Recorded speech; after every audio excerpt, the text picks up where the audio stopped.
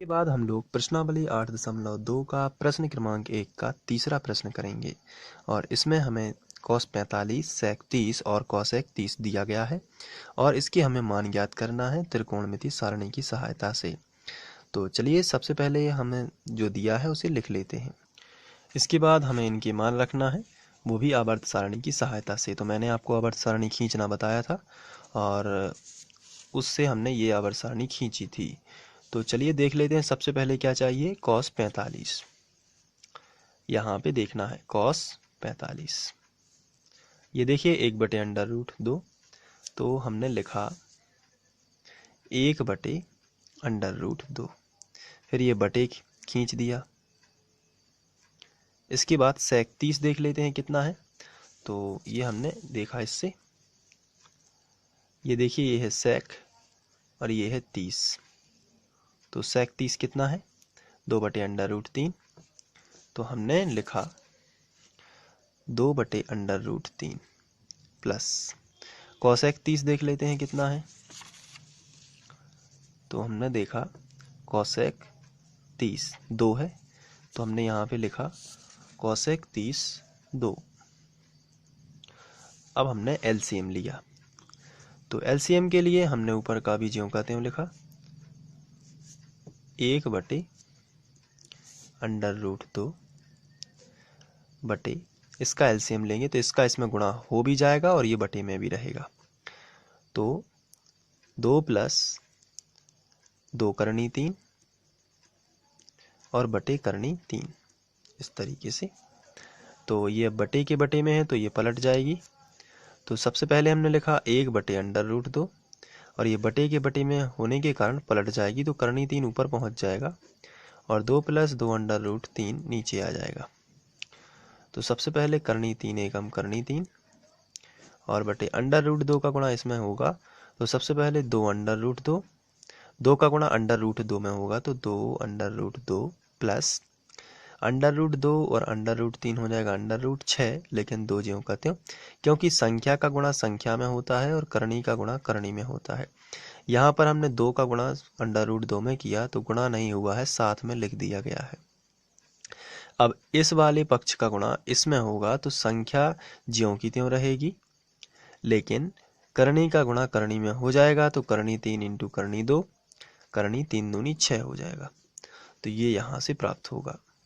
इसके बाद हम इसका हर का परिमेयकरण करेंगे। तो हम यहाँ पे लिखेंगे हर का परिमेयकरण करने पर, तो लिख देते हैं हर का परिमेयकरण करने पर। तो परिमेयकरण करेंगे तो देखते हैं क्या होता है। √3 बटे 2/√2 प्लस 2/6। परिमेयकरण का मतलब ये होता है कि ये जो प्लस है यहाँ पे मल्टीप्लाई होगा और प्लस की जगह पे माइनस आ जाएगा और ये संख्या पूरी लिख देंगे। 2 करनी 2 माइनस 2 करनी 6 बटे 2, अब ये ही नीचे आ जाएगी 2 करनी 2 माइनस 2 करनी 6। अब आगे बढ़ते हैं। तो करनी 3 का गुणा इसमें होगा तो 2 संख्या का गुणा संख्या में होता है, यहाँ पे संख्या है यहाँ पे नहीं है तो ये 2 ज्यों का त्यों। करनी का गुणा करनी में तो 3 दूनी 6, माइनस लगा है तो माइनस, फिर करनी का गुणा करनी में 2 ज्यों का त्यों और 6 तिया 18 बटे यहाँ पे एक बार धन है और एक बार ऋण है तो a वर्ग ऋण b वर्ग, a का मान ये है और b का मान ये है तो a + b a - b। तो इसको हम रफ में समझ लेते हैं। a + b a - b का होगा a वर्ग - b वर्ग। a का मान है 2 करनी 2 और इस पर वर्ग लगा है, माइनस b का मान है 2 करनी 6 और इस पे भी वर्ग लगा है। 2 करनी 2 का मतलब होता है इसको 2 बार लिखना, 2 करनी 2 गुणित 2 करनी 2। तो संख्या का गुणा संख्या में और करनी का गुणा करनी में, तो 2 दूनी 4, करनी 2 का गुणा करनी 2 में होगा तो 2 बाहर आ जाएगा, 4 दूनी 8। तो आप देख रहे हैं कि इस पूरे का आंसर 8 आया है।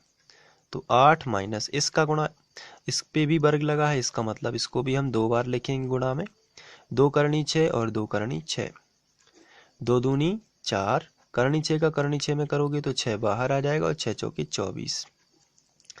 तो 24 माइनस, यहाँ पे माइनस का 24 है, प्लस का 8 है, तो माइनस का 16 बचेगा। तो नीचे हम लिख सकते हैं माइनस का 16। अब हम यहाँ पे देखते हैं कि और क्या हो सकता है। यहाँ पर 2 है, यहाँ पर 2 है, 2 माइनस निकाल लेते हैं। तो करनी 6 माइनस करनी 18 और बटे आ जाएगा -16। 2 एकम 2 और 2 अट्ठे 16। तो असल में बचेगा करनी 6 माइनस करनी 18 बटे -8। तो माइनस यहाँ पे लग जाता है तो यहाँ पे ब्रैकेट आ जाएगा। अब आगे बढ़ते हैं। करनी 18 जो लिखा है इसकी यदि हम यहाँ पे वर्गमूल निकालें तो 2 इनाम 18, तीतर का 9 और 3 एकम 3। तो यहाँ पे हम लिख सकते हैं माइनस √6, 6 के 3 गुणे 2 होते हैं तो बाहर कोई भी नहीं निकलता, इसलिए इसके नहीं निकाले हैं।